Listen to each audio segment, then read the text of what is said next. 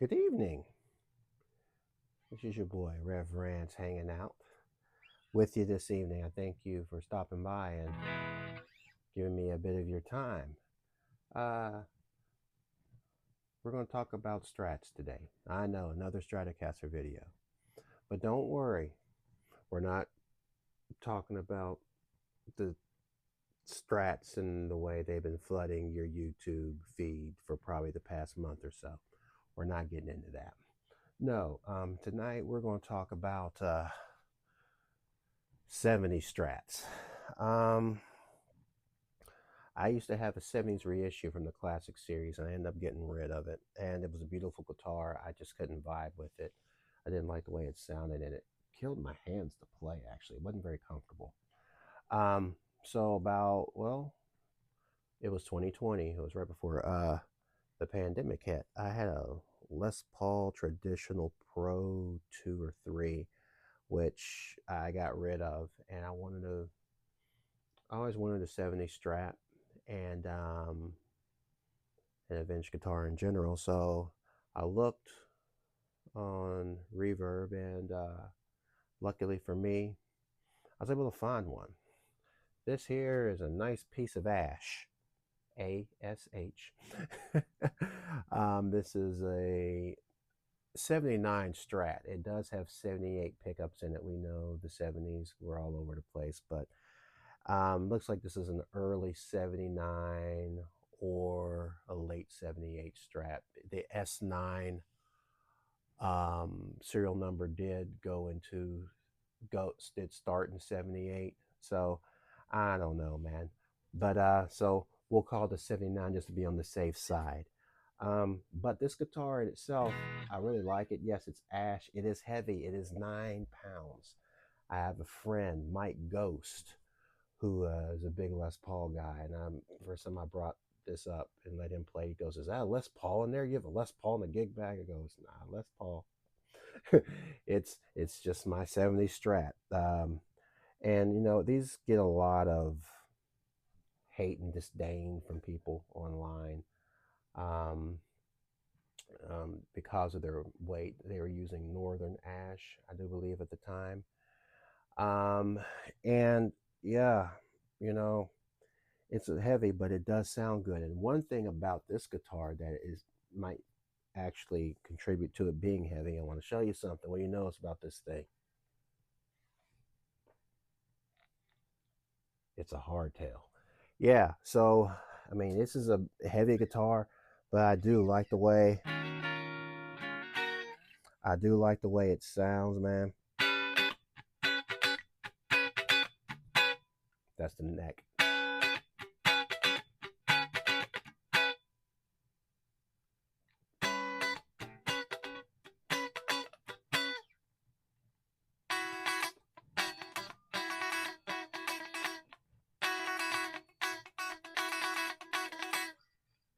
So it has so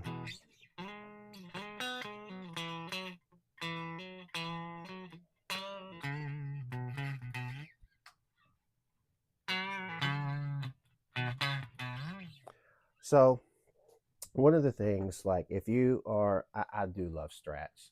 I make no bones about it. I love them very, very much. My favorite guitars to play. So I figured I could jump on here and just talk about 70 Strats for a bit. So one of the things that a whole lot of people have complaints about, especially people who hate CBS fenders, are the three bolt neck. They say it's not stable. They say it's not a good neck secure system, and the micro tilt. I will be perfectly honest with you. If you buy one of these, you need to do your research, and so you know what it is that you're dealing with. Like, what helped me because I bought this guitar off of Reverb, and the thing, I looked at it. Number one, didn't have any. I thought this was a very clean example. It didn't have any finish checking or the finish peeling off, because I think they were using poly. Um, they're using poly finishes, and then they would spray lacquer on the top end. And some of the models, the finish didn't adhere, so it was peeling off. If I am saying that wrong, um, I pray my brothers in the 70's Strat Facebook group don't kill me. But yeah, they'll peel off. That's why you see some that the finish is like bubbling or coming off. I like this one because number one, it reminded me of my reissue that I had. I believe they started going with the all black hardware in either 75 or 76, or in terms of the pick guard and the pickups. The cool thing about 70 Strats is that they have gray bobbins, and then you can date your pickups. The first two numbers in on the bobbin underneath, that is for the winder. The winder actually had their own number. So whoever's winding the pickups, they would put their 2-digit number there. The second set of numbers is for the week of the year. So, and then the last number corresponds to the year of the pickup. So I know for a fact that all three pickups in this guitar are from 78, and I haven't opened this up in a while, but they are from, I think, either the late high 40s or might even be the 50th week of the year 1978. So that's a cool thing that you can use to kind of authenticate your strats, if because the serial number system is a little bit all over the place in the 70's, and as well as using pot codes. But yeah, I'm leaning towards this really being fully assembled in 79, which is cool. Like I said, it is a heavy sucker, but it is cool. Now, like I said, the finish isn't peeling off of this one. The headstock and the neck are pretty uniform. Actually, it's pretty. It's gotten a little darker since I've had it. I've had this guitar now for, gosh, how many years now? Going on 6.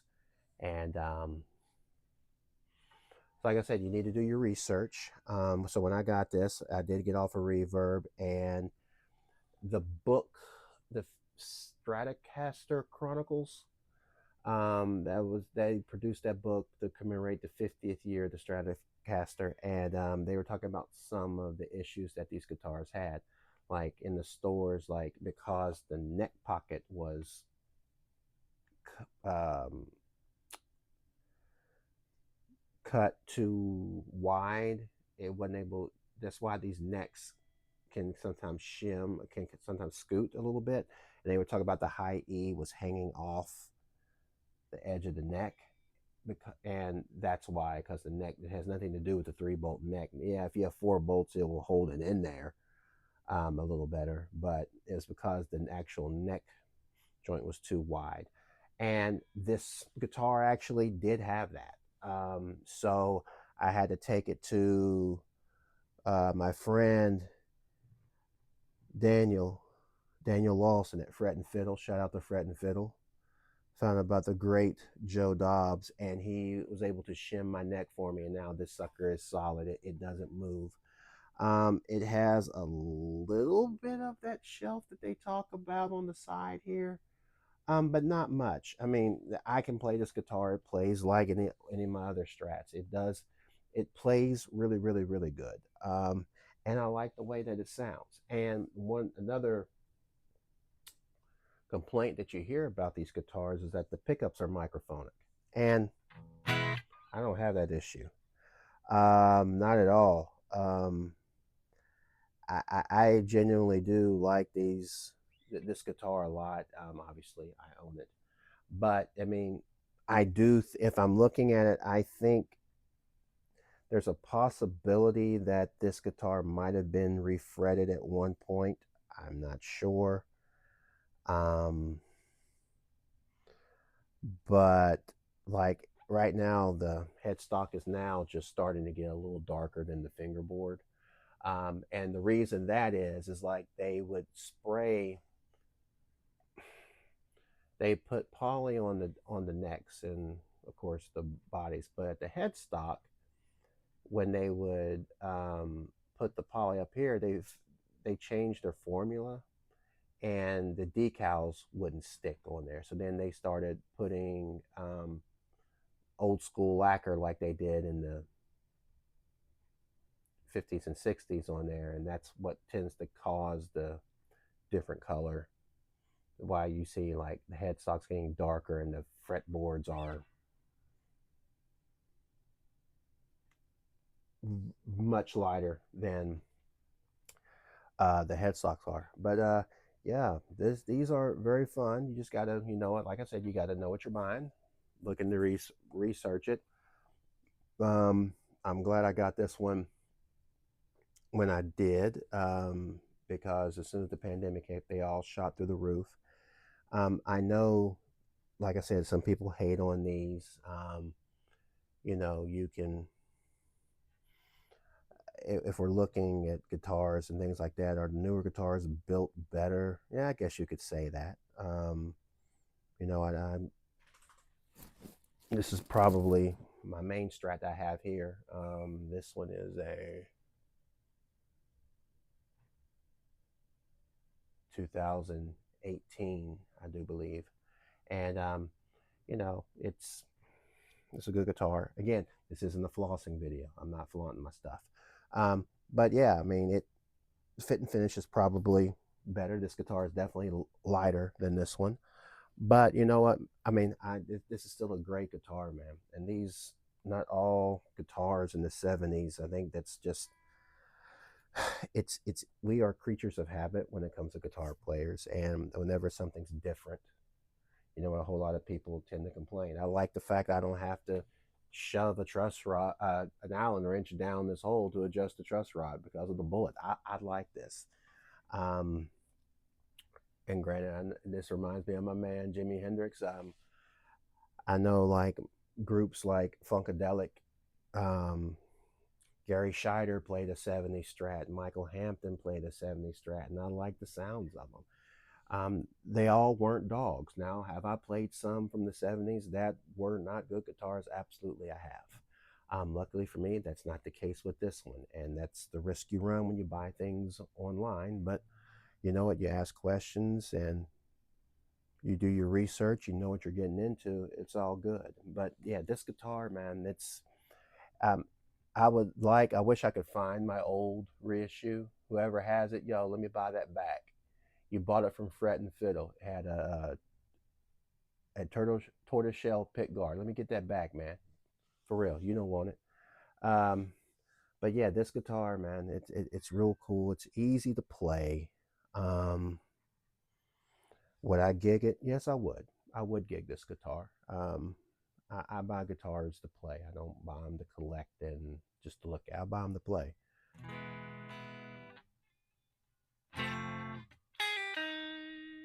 I need to stop playing old R&B stuff. But yeah, this is a real good guitar. Um, let's not stop here. I got something else to show you.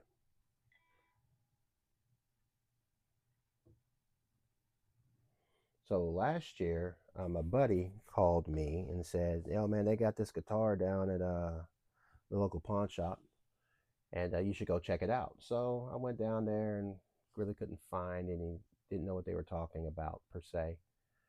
And then I looked, and they had this guitar on the floor, and I was like, "Oh, okay, this could be interesting." And it was a 70 Strat. Didn't know the year, but it had a weird pick guard on it, and it was heavy. Oh my lord, the guitar was heavy. And so the lady, I asked her about laying it away, doing the whole deal, and she said if you have 600 bucks, you can walk out the door with it. So now I'm doing math in my head. Okay, that'd be a cool husk to be able to use. I'd have to hunt down, you know, get some new wiring. My buddy told me the electronics were weird. It had some type of crazy mirrored pick guard on it with the three toggle switches. It didn't even have a 5-way selector. had the 3 toggle switches, and I was like, man, that's just too much work if you're playing live. To look down and be, but I dug the guitar and I bought it. So when I did, I laid it away and then told my wife about it um, maybe a week afterwards, and she says, you know, hey, you're working. You know what? You work hard. Go down there and get it. And I was like, for real? Shout out to my wife and Kelly. That's her name. And so lo and behold, when I go to pick up the guitar, they're walking back with this box. It didn't have a case. I can get a case for it. But there's this box, and it was a Schecter box. And so, come to find out, the original pick guard was in there. So I was very happy about that. So yeah, it's this one here. This is a 1977 Strat. Now, I don't know if this is alder or northern ash. It's not as heavy as that one, but it's still got some weight. So I'm leaning towards it being ash. Actually, yeah, there's no way that this is alder for as heavy as it is. So this one has been played. Okay, there's no doubt about it. This one has been played. When I picked it up from the pawn shop, when I went to go see it, whoever had it, they had flats on it, flat wound strings. That was a new one for me. But I also know why they have flat wound strings, because the frets were gone. Gone. More on that here in a minute. But there are a couple of things. Remember how we were talking earlier? Look at the fingerboard on this one. And you probably can't see it. It's actually darker down here and lighter up here. This one's been played, man, and it does sound good. You know, it has all the things that like you would see on a whole lot of other reverb listings. Like as you can see, if you look here, the headstock on this one, you see the dark marks. No, that's not smoke. That is where the nitro is aging on the guitar. And that's why, again, it is darker than the fingerboard where the poly's been sprayed. So this guitar is actually, it does have some cool things. So it did come with an ashtray cover, which this is the first Strat I've had that actually had an ashtray cover. And in terms of mods, what have I done to it? This guitar came with a 3-way switch, which I still have. I took it out because the switch was going bad. You would be playing, you would try to switch positions and the pickup wouldn't, you couldn't hear anything. And it just wouldn't work. So, hey, it needs to be able to function, right? So I put a 5-way switch in there. I still have the 3-way switch. So they went to the 5-way switches late 77. So this is an earlier 77 model. What all if I had to do to this guitar? I had to get the frets done. The frets were non-existent on this guitar. They needed to be changed. And again, shout out to Daniel Lawson at Fret and Fiddle. He did my fret job for me and did a great job. Now, if you have to get the frets, get a fret job on a 70 Strat, make sure you're taking it to a luthier who knows what they are doing. You can't go, if you go and just grab them and yank them like you would do on a modern day guitar or even later Fenders. In the 70s, Fender decided they were going to start putting their frets in sideways. So especially on a maple board, if you go and you start grabbing, you're going to have chip out real bad. So you had to like not kind of notch them and knock them out to the side. Um, like I said, Daniel's my friend, so I know Daniel was cussing me in this guitar because the frets were literally non-existent, and there were a couple places where there was some minor chip out, but he did a good job repairing it. Um, but yeah, he cut a notch in the side and he tapped them out. Some people suggest that you knock the frets out and then you spray it with nitro afterwards. He didn't have to do that. He was able to get knock the frets out, and he didn't have to strip the neck and sand the neck and then respray anything, which is cool. Yeah, look at this. See that dark spot right here? Yeah. So again, this is a really, really, really, really, really cool guitar. There are some tonal differences.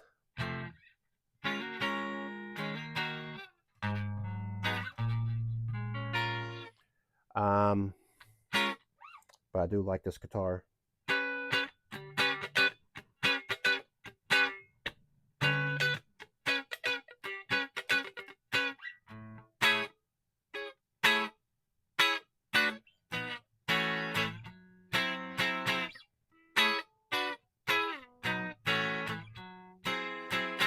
I had to play it right for you. Um,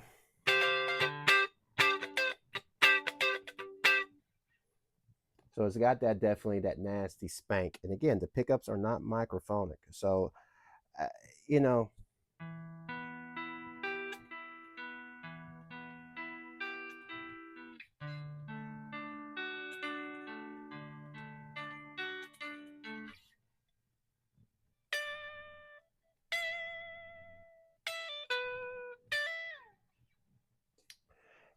again, don't want to get a copyright claim. So I think that if you want to try to get into the vintage game, you can do this, but people are asking crazy, crazy prices for these now. And again, they're not all created equal. This one does looks like this one was either sunburst, maybe, which I'm thinking it might have been because it's starting to. There's a little bit of fading right here, and the starting to get a little hazy back here. I know you probably can't see that, but I this is a really, really, really killer guitar, man. It sounds good. It sounds different from my hardtail, but it's a really, really. These guitars are real, real good examples. And you know what? You can find if you go earlier in the 70s, you can find lighter examples. Um, if it were on my wish list, I would like to get a black one that had a rosewood fingerboard. Um, again, wishful thinking, and then I like what I got, and I don't want to get rid of what I got. So, and again, man, it's just something. It puts me in the mind of Hendrix. Yes, I know he didn't have a bullet truss rod, and he didn't play the 3-bolt things, but you know what? Hey, this is an homage to that. I do like this guitar. I like 70 Strats. Um, I believe the 3-bolt neck came around either 74 or 75. So if you were to get one from earlier in the decade before they went to the 3-bolt neck, those guitars, I know like from what, 70, 71, 72, 73. I know, so those were still built to 60 specs. So, but I like these, man. I do like them, and I can afford them. If you're going to buy, and you can buy a new guitar for the price that these cost now. I know that's not everybody's. These aren't everybody's thing, man. But you know what? Hey, you know what? I dig them, and if you don't like them, hey, that's cool. And hey, if you get one for those of the guitar community that like relics, hey, you can go get you a 70 Strat that the finish didn't adhere to, and you got your distressed look. Not my thing, but I ain't hating. maybe a little. But yeah. So though these are my 70's Strats. Leave a comment if you have one. If you have any questions, maybe I can answer them. Like I said, there's a Facebook group online that is a really good source of information. But if you're interested in it, man, you know what? If I can help you out, if you have any questions, I don't mind answering questions. But you know what? This is a good way to get into the vintage game if you so do want to go down that road, or you just want something that's a little cool. And some people don't like them, like I said, but hey, I do. And heck, my guys, the guys I listen to, they played these things. Jesse Johnson of the Time fame, real bad dude, he played one of these. Like I said, uh, Gary Scheider and Michael Hampton of Parliament Funkadelic. Dwayne Blackbird McKnight played him. Actually, for all my Skinnerd fans, that line to Sweet Home Alabama was played on the Sunburst 70 Strat. So, I mean, there are tons of guys, you know what I'm saying, who played these things and made them sound good. And, you know, it's a tool. Can you know what? There are some people who can pick up a tin can and beat it and it will sound good. But these all 70 Strats are not bad. Give them a shot. You might find something you like. So listen, y'all have a good one. Be blessed.